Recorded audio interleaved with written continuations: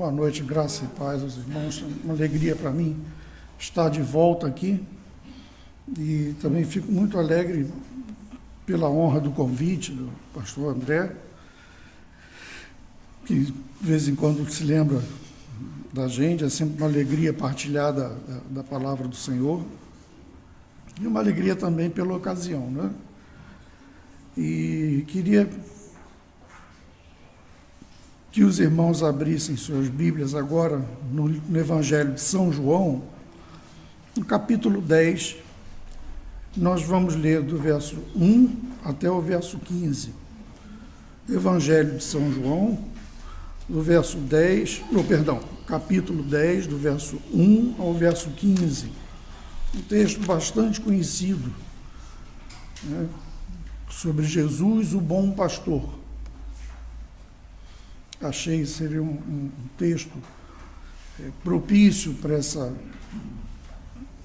ocasião, na instalação do pastor, porque fala do nosso supremo pastor, que é Jesus, né? E traz ensinos importantes para nós, tanto para o pastor quanto para nós ovelhas, né? Então vamos ler. Em verdade vos digo, o que não entra pela porta no aprisco das ovelhas, mas sobe por outra parte, esse é ladrão e salteador. Aquele, porém, que entra pela porta, esse é o pastor das ovelhas. Para este o porteiro abre, as ovelhas ouvem a sua voz, ele chama pelo nome as suas próprias ovelhas e as conduz para fora. Depois de fazer sair todas as que lhe pertencem, vai adiante delas, e elas o seguem, porque lhe reconhecem a voz, mas de modo nenhum seguirão um estranho, antes fugirão dele, porque não conhecem a voz dos estranhos. Jesus lhes propôs esta parábola, mas eles não compreenderam o sentido daquilo que lhes falava. Jesus, pois, lhes afirmou de novo: em verdade vos digo, eu sou a porta das ovelhas. Todos quanto vieram antes de mim são ladrões e salteadores, mas as ovelhas não lhes deram ouvido. Eu sou a porta. Se alguém entrar por mim, será salvo. Entrará e sairá e achará pastagem. O ladrão vem somente para roubar, matar e destruir. Eu vim para que tenham vida e a tenham em abundância. Eu sou o bom pastor. O bom pastor dá a vida pelas ovelhas. O mercenário, que não é pastor, a quem não pertencem as ovelhas, vê vir o lobo, abandona as ovelhas e foge. Então o lobo as arrebata e dispersa. O mercenário foge porque é mercenário e não tem cuidado com as ovelhas. Eu sou o bom pastor, conheço as minhas ovelhas e elas me conhecem a mim. Assim como o Pai me conhece a mim, e eu conheço o Pai, e dou a minha vida pelas ovelhas. Oremos. Senhor, que as palavras da minha boca e a meditação do meu coração sejam gratos diante de Ti, Senhor, e que a Tua palavra, santa, ó Deus, e poderosa, ó Deus, opere em nossos corações, voltando para Ti, Senhor, não voltando vazia para Ti, Senhor, que entramos aqui para Te adorar, Senhor, que possamos sair para Te servir melhor. É a nossa oração, em nome de Jesus, o Teu Filho amado. Amém. Amém. O Evangelho de João, ele se destaca dos outros três primeiros evangelhos, e ele tem uma característica básica que distingue ele, né? É o Evangelho que fala do Filho de Deus, né? É o Evangelho do eu sou. Os irmãos lembram que lá no Antigo Testamento, quando Moisés pergunta para Jeová o nome dele, né, para Yahvé, e ele diz: eu sou. Por que você pergunta o meu nome, né? Eu sou o que sou. E a gente vê agora na boca de nosso Senhor Jesus Cristo essa palavra várias vezes nesse Evangelho. Eu sou o bom pastor, eu sou a porta das ovelhas, né? Eu sou o caminho, a verdade e a vida. Eu sou a ressurreição.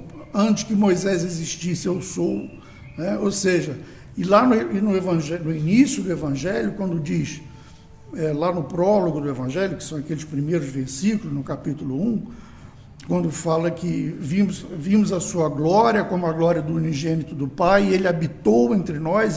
Esse habitou na língua original, que é o grego, é tabernaculou, ele montou a sua tenda entre nós, né? Numa referência à tenda lá do Antigo Testamento, quando não tinha templo ainda, e eles andavam com a tenda, né? E a glória de Deus se manifestava na tenda. Então, agora, é o evangelho, né, do Deus que se revela, né? É o evangelho que mais enfatiza a deidade, a divindade de Cristo. E nesse particular aqui, nessa parábola que ele conta, que ele diz, eu sou o bom pastor, quando ele diz o bom pastor, ele está fazendo referência a várias profecias do Antigo Testamento que falam do pastor prometido. Por exemplo, lá em Jeremias 22, de 1 a 15, se não me engano, o Senhor fala pela boca do profeta que os pastores de Israel eram responsáveis pela dispersão do povo, pelo mal que estava sendo feito ao povo, que Deus prometeu então que ele mesmo ia ser o pastor do seu povo, que ele ia reunir o povo novamente e que ele mesmo seria o pastor. Quando ele diz, eu sou o bom pastor, ele está dizendo, eu sou aquele pastor e eu sou o Senhor, porque nele estava o próprio Deus, falando. Outras referências existem também em Isaías, quando ele diz que Deus, o Senhor fala que enviaria pastores segundo o seu coração. Novamente em Ezequiel, aí é uma palavra até muito dura, que fala, ai dos pastores, né, que dispersam o meu rebanho, né, que na verdade não são pastores, né? Você pode ver lá, se não me engano, é Ezequiel 33. Então, quando ele diz, eu sou o bom pastor, né, ele está planificando, né, de significado essa figura do pastor, que é antiga, né, porque a cultura deles era a cultura pastoril, eles conheciam bem o que é a figura do pastor, né? E Jesus se apresenta como um pastor. Então, nessa parábola, ele vai trabalhar. Eu vou fazer uma breve introdução aos elementos da parábola, né? Mas ele trabalha com apenas duas possibilidades: o bom pastor e o mercenário. Não tem meio termo. Não tem pastor médio. Também não tem o mercenário, que é uma vítima social. Não. Um é bom, o outro é mau. Um é pastor. Lá no final da parábola ele diz, o mercenário não é pastor. É um fenômeno que se repete em todas as atividades humanas. A gente tem médicos que, embora não seja essa a situação ideal, né, trabalham às vezes em condições terríveis nos hospitais de saúde pública no Brasil, sem gás, às vezes quase sem recurso, mas vão lá trabalhar. E tem aquelas pessoas que, mesmo estando numa clínica particular, ainda querem tirar tudo do outro, porque, na verdade, antes de serem médicos, são profissionais da medicina, entraram naquele ramo para ganhar dinheiro. Então, essa figura do mercenário, ela existe em todas as atividades humanas, né? Tem soldado mercenário, né? A França é conhecida por ter uma legião famosa, a Legião Francesa. Se você quiser, se você é um soldado, você entra na Legião Francesa, eles vão te pagar muito bem e você vai lutar por eles. Você não precisa ser francês, né? Eles sabem que você é um mercenário, né? Aquela pessoa é um mercenário que vende, então, o seu trabalho. Mas ele não é, na verdade, um soldado como a gente espera, né? Ele não tem aquele vínculo de amor à pátria, patriotismo, nada disso. Então, aqui é a mesma coisa, ele faz essa distinção que é como o joio e o trigo. Um é o pastor, o outro é o mercenário. Mas vamos ver aqui as figuras da parábola, né? As ovelhas quem são? Como é uma figura recorrente em Jesus, não só em Jesus, mas no Antigo Testamento também, é a maneira como Deus, que é muito bom nos chamar de ovelha, né? Que ovelha é um bicho tão bonzinho, né?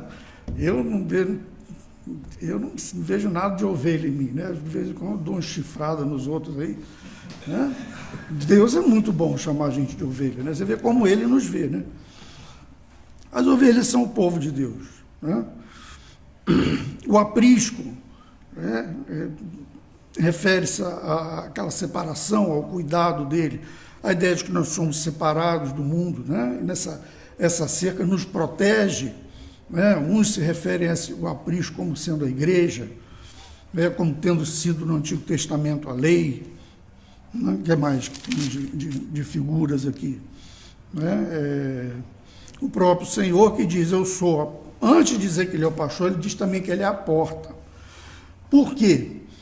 Eu li uma certa vez num comentário, que eu não achei dessa vez, que eu costumo guardar os estudos que eu faço, que quando os pastores chegavam em Jerusalém, que eles andavam com os rebanhos, né? Havia uns, como é que se diz?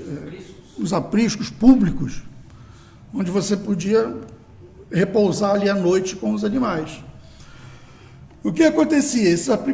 O pastor, então, colocava suas ovelhas lá dentro e ele se deitava na porta. E se deitando na porta, as ovelhas não saíam e, ao mesmo tempo, ele guardava a entrada do aprisco, para que nenhum ladrão entrasse, né, nenhum animal entrasse. Quando ele diz, eu sou a porta, né, a gente não vive nesse meio e perde essa imagem, né? Ele está se referindo a essa prática. Ou seja, o verdadeiro pastor é aquele que é a porta, ele fica ali. Quem passar está sob o cuidado dele, né? Se entrar vai achar a guarida, pode ficar tranquilo lá dentro no aprisco, está guardado, né? E se sair também vai sair sob o cuidado dele, vai achar pastar, porque quando sair vai sair com ele para ir pastar, né? Quem não entra pela porta é ladrão e salteador. Então vamos falar também dessa figura do ladrão e do salteador, que a diferença básica deles é um serve ao rebanho e o outro se serve do rebanho, né? Então vamos aqui fazer uma breve meditação agora nessa passagem, né? Verso 11, eu sou o bom pastor dá a vida pelas ovelhas. O mercenário que não é pastor, a quem não pertence as ovelhas, vê vir o lobo, abandona as ovelhas e foge. Então o lobo as arrebata e dispersa. Num primeiro momento, quando Jesus fala, os que vieram antes de mim, ele está se referindo a alguns líderes, alguns profetas, pessoas que se autoproclamaram Messias, né, em Israel, e disseram, eu sou o Messias, né, vocês têm que me seguir, e na verdade as pessoas que foram atrás desses homens foram mortos pelos romanos, porque ele não era o Messias, essas figuras, né, e levaram a guerra, rebeliões contra Roma, e Roma matou. E ele está falando, as minhas ovelhas ouvem a minha voz. Novamente, uma referência, uma peculiaridade das ovelhas, que elas ouvem, conhecem a voz do pastor, né? O pastor abre lá a porta, lá dá um grito, ela vem atrás do pastor, se vai conhecer. Então, o que Jesus está falando aqui é exatamente isso, que as ovelhas dele conhecem a sua voz, né? Ele é a porta, né? Só entra no aprisco quem entra através dele, né? E ele é o bom pastor. Em contrapartida, a gente tem a figura do mercenário. Agora, trazendo aqui para os dias de hoje, né? Para os dias ao longo da história da igreja, como é que se definiu essa figura do pastor? Nós temos a figura de Jesus, o Senhor que morreu, ressuscitou, foi assunto aos céus, a igreja então seguiu os apóstolos, esperando a vinda de Jesus, mas Jesus não voltou, né? Então os apóstolos começaram a formar os pastores. A gente vê isso na epístola de Paulo, por exemplo, as 3 epístolas pastorais, 1 Timóteo, 2 Timóteo e Tito, onde ele começa a elencar ali, a fazer uma lista das qualidades que devia ter o pastor, que seja um homem casado com uma só esposa, que não seja dado a bebedeira, né? Que seja uma pessoa convertida, tal. A igreja então passa a ver no pastor o representante de Cristo, tanto que aquela palavra, não sei se vocês já ouviram, vicário, né? Antigamente no interior se chamava o padre de vicário, né? Que vem de vigário, que é substituto, né? O pastor, o padre era visto como um substituto de Jesus, né? Aquele que substitui a figura de Jesus na liderança. Acontece que o ofício de pastor, ele é um ofício que atrai muitas pessoas que vêm em busca de uma estampa social. Eu li um livro sobre psicopatia há um tempo atrás, e a psiquiatra que escreveu, ela diz que, no livro, que está entre as 5 ou 6 atividades humanas que é mais atrai os psicopatas: ser pastor ou ser padre. Porque aquilo, se é um líder religioso, né? Enfim, não necessariamente padre, pastor, pode ser de outras religiões, porque aquilo dá uma estampa, né, de respeito, né? E através, escondidos atrás daquela imagem, normalmente essas pessoas são pessoas manipuladoras, que manipulam o rebanho, colocam o rebanho sobre argumentos falsos, do tipo: eu sou ungido, vocês não podem discordar de mim. Tiram o que podem no rebanho, tiram dinheiro, comem a carne das ovelhas, né? E são os próprios mercenários. Então, eu queria falar sobre essa questão que nós temos hoje, que é como a gente vai discernir, né, o ladrão, o mercenário e o verdadeiro, e o pastor. O pastor é aquele que dá a vida pelas ovelhas, é aquele que é servo, ele é chamado para servir, né? Ele vive em função das ovelhas. Noutra passagem lá, a gente lê que outra parábola de Jesus, que ele fala das ovelhas perdidas, né? Ele diz que aquele pastor que, tendo 100 ovelhas, uma se desgarrou, e ele não descansou enquanto foi lá e buscou uma, deixou as 99 e foi lá buscar, né? E são as figuras do verdadeiro pastor. O verdadeiro pastor, ele não é um mercenário, é a pessoa que entra no evangelho, né, que ele tem uma vocação, ele tem um chamado, é mais do que um simples ofício, tanto que é chamado na nossa própria Constituição de um sagrado ofício, né? Porque é um trabalho, mas é um trabalho sagrado, quando você é chamado para servir, né? Então, a própria imagem que a gente tem como exemplo é a do próprio Senhor, né? Que deu, ele falou, verdadeiro, ele dá a vida pelas ovelhas. E assim é a imagem do verdadeiro pastor. É aquele que se preocupa com o rebanho, se coloca para servir o rebanho. O mercenário, por outro lado, é aquele que, assim como, por exemplo, vê, como ele diz aqui, vê vir o lobo, mas não se importa, porque a ovelha não é dele, ele ganha por hora, né? Mas ele não é, na verdade, um pastor, né? Então ele vê vir a ovelha e não se importa, o lobo come a ovelha e ele foge. Meus irmãos, o que mais a gente vê hoje em dia, ao longo da história, são lobos, né? Paulo fala, inclusive, numa de suas epístolas, eu não me lembro mais agora, que no final dos tempos, né, viriam lobos devoradores que não poupariam o rebanho. Nós já estamos vendo isso acontecendo, né? Sempre houve, né? Mas hoje está difícil a gente achar um pastor realmente vocacionado por Deus. O que mais a gente tem são pessoas se servindo do Evangelho, negociando a vida das ovelhas, né? Está numa igreja, depois recebe um chamado para ir para uma igreja melhor, entre aspas, né? Não ora a Deus, não pergunta a Deus se é para ele ir, se é para ele ficar, né? Vai, larga outra igreja, às vezes a outra igreja fica sem pastor, não tem quem vá lá. Quer dizer, está preocupado consigo mesmo, está preocupado com a sua carreira ministerial, né? Então, são detalhes pequenos que às vezes se tornam comuns, mas que não são absolutamente estranhos à figura do pastor. A gente não vê mais hoje aquela figura do pastor, do líder, que ora para saber se deve tomar uma decisão, né? Se ele deve ser pastor ali, se não deve, ouvir a voz do Pai, se preocupa com as ovelhas, se eu sair daqui e for para lá, o que vai acontecer? Não, negocia com a igreja, negocia a vida das pessoas, né? E nesse negócio, nesse comércio, né, muitas vezes leva à divisão da igreja, introduz elementos que levam à divisão da igreja, mas não se importa, né, porque tem um objetivo, né? Então essa é a figura, que nós temos visto hoje dos mercenários, né? Ele sempre se alimenta do rebanho, sempre se nutre do rebanho. Lutero, o pai da Reforma Protestante, no texto que ele escreveu que levou à Reforma, ele disse na sua inocência, né?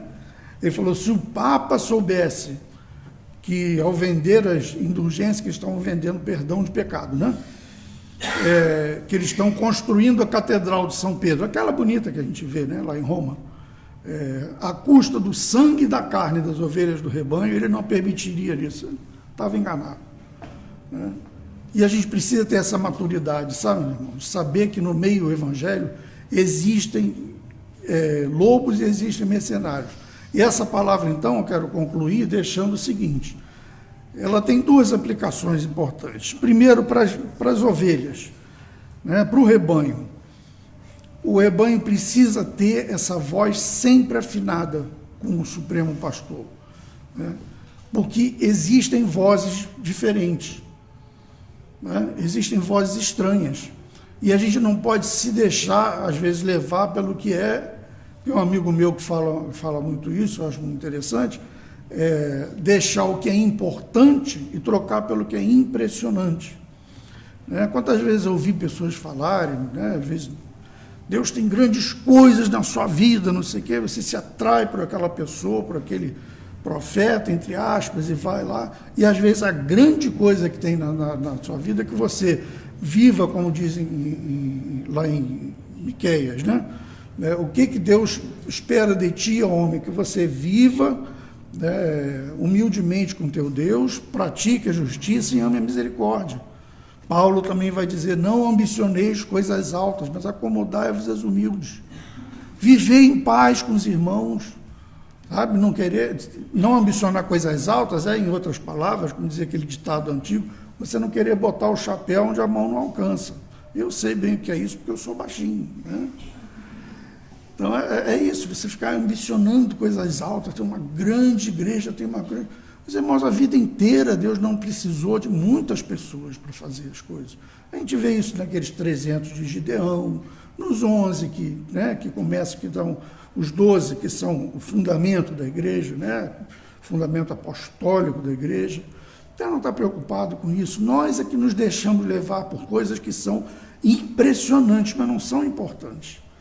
O importante é você ter um pastor que pregue o evangelho para você, que esteja preocupado em fazer que você cresça espiritualmente, que você tenha comunhão com Deus, que seja um pacificador, né? Lembra que Jesus começa o Sermão da Montanha falando isso, bem-aventurados os pacificadores, que deles é o reino dos céus. Tem pastor que é o contrário, faz da contenda um modus operandi, né? Ele introduz a contenda, joga um contra o outro. Estão escandalizados? Não, acho que todo mundo aqui já é adulto na fé, né? Se não está, já é hora de parar de tomar leitinho, né? Isso acontece. Deveria acontecer? Não, mas acontece, né? Então, eu sei que eu estou falando para o rebanho, me dirigindo ao rebanho, né? O rebanho tem que ter essa voz afinada com o Senhor, porque a gente não pode aceitar tudo que um pastor fala. Estranho, né? A gente acha que o pastor é uma pessoa ungida, que quando ele sobe aqui, Deus está falando o tempo todo. Não, mesmo que eu estou falando agora aqui para vocês têm que ter um filtro. O que Paulo fala? Da profecia, que na verdade a profecia que ele fala é essa palavra que a gente profere, né? Que é a palavra de Deus que é proferida, ela está registrada aqui, mas quando um servo de Deus que é chamado para pregar fala, isso também é profecia. O que ele fala a respeito do profeta? Ouvir todas as coisas, examinar todas as coisas e retende bem. Tem que examinar. Lembra da igreja lá, que fala lá em Atos, que era mais nobre do que as outras? Porque eles examinaram. Eles foram ouvir Paulo, não era o Vinícius, não. Eles foram ouvir Paulo pregando, né? Aí foram lá na Escritura para ver se o ensino de Paulo estava de acordo com a Escritura. Sabe, meus irmãos, eu vou dizer uma coisa para vocês. Nós, os pastores e professores, aqueles que ensinam, isso está escrito lá em Hebreus, que maior responsabilidade tem aqueles que ensinam, nós somos responsáveis pelo aquilo que nós ensinamos, mas você é responsável pelo que você aprende. Você não vai poder chegar lá aquele dia e falar, mas o Vinícius me ensinou. o pastor me ensinou. Você sabe que existe na nossa Constituição uma cláusula que diz que se o pastor estiver ensinando coisa errada, você tem o dever de não obedecer aquilo. Você obedece à autoridade constituída enquanto ela está, né, dentro do propósito de Deus. Se um pastor começa a dizer que você tem que vender tudo que você tem, dar para a igreja, ou outro qualquer ensino maluco, você não tem que obedecer. Você tem o dever de não obedecer, porque a gente obedece primeiro a Deus, né, depois aos homens. Agora, me dirigindo ao pastor, né, o pastor tem que ter nós pastores, né, baseado nesse trecho aqui, temos que ter sempre essa comunhão com o nosso pastor supremo, né, porque é difícil. Ser pastor é caminhar exatamente contra todo o instinto natural humano, né? Normalmente, no plano humano, quem governa pela autoridade, tudo, né? Mas a autoridade do reino de Deus, ela se opera de um modo diferente. Um exemplo muito bonito disso é a epístola de Paulo a Filemon, né? Eu até recomendo depois vocês lerem em casa, que é um bilhete. Paulo tinha sido preso, já perto de quando ele vai morrer, e lá na cadeia ele se encontra ele conhece um escravo chamado Onésimo. Onésimo tinha roubado o seu senhor, foi para Roma, em Roma foi preso, estava na cadeia se converte. E veja a coincidência, né? Paulo conhecia o senhor dele, que era Filemon, que era um crente muito conhecido de Paulo. Paulo, então, escreve um bilhete para ele, para Filemon. Falou, olha, porque na lei romana, Filemon, ao receber Onésimo de volta, ele tinha poder de vida e morte, porque um escravo era posse, né? Propriedade do seu dono, né? Então, ele escreve, e é muito interessante que ele fala assim, diferente de todas as epístolas dele, que ele começa dizendo, eu, Paulo, apóstolo de Cristo, não pela vontade dos homens, mas chamado por Deus, né? Ele começa sempre afirmando a autoridade dele, porque a autoridade dele foi muito criticada, porque ele não viu Jesus, né? Ele não foi um dos que viu Jesus, né? Então, muita gente desconfiava dele, né? Então, sempre que ele começava as epístolas dele, você vê ele afirmando a autoridade.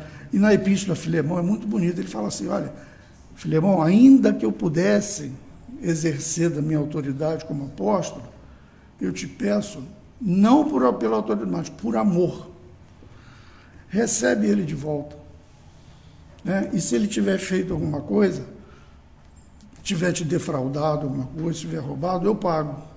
Essa é a verdadeira autoridade, né? Não é a autoridade que é exercida, né, pelo modo frio da instituição, do cargo, da posição que você tem. Eu sou pastor, eu tenho que mandar, você tem que obedecer. Eu sou o líder, você tem que fazer, você tem que obedecer. Não, o verdadeiro líder é aquele que vai às vezes por baixo, né? Ele sabe que ele tem uma autoridade, mas ele pede por amor. E é esse amor que realmente transforma todas as coisas, quando a gente vive ele, né? Então, concluindo, é isso. Pastor André, fico muito feliz de ter sido convidado, muito feliz que Deus tenha colocado na sua vida essa igreja. Quando eu estava ainda no Facebook, eu acompanhava aqui o coral, via com muita alegria mesmo, sinceramente, todo o meu coração. Ver como Deus fez as coisas, né? Colocou vocês um no caminho do outro. Que coisa preciosa, meus irmãos, quando Deus faz isso, sabe? E é uma coisa que tem sido tão difícil, né? Porque a gente tem, como eu falei, é difícil de ver. Hoje em dia, os próprios pastores estão perdendo essa noção de pastorado, de que pastorado é uma vocação, né? Que a gente tem que ir, como diz aquele hino, se eu tiver Jesus ao lado, se por ele auxiliado, onde quer que for irei, seguirei ao meu bom mestre. Se ele vai te levar para ser pastor de uma importante, grande igreja, entre aspas, toda igreja é importante, ou se ele vai levar você para o interior, para a África, não importa. O que importa é a gente estar no centro da vontade de Deus, viver em comunhão, viver em paz. Como é importante a paz? Para o judeu, a palavra shalom, né, que é traduzido paz, mas não é paz ausência de guerra, não. Shalom para o judeu é aquela vida plena, aquela vida que você vive em paz com Deus, está em paz com seu semelhante, né? Sua vida flui né, na bênção de Deus, aquilo flui, sua vida flui plenamente, né? Isso é o shalom de Deus, é essa paz que Ele veio trazer para a gente. Isso não tem preço. O meu desejo, a minha oração, que eu rogo como irmão de vocês, em Cristo, como pastor, é que Deus abençoe muito a vida de vocês. Né? Que sejam 3 anos de bênçãos, de crescimento espiritual, de crescimento também no evangelismo, que pessoas encontrem a Jesus como Senhor e Salvador aqui, né? E que a gente possa se encontrar mais vezes também. Muito obrigado, pastor, viu?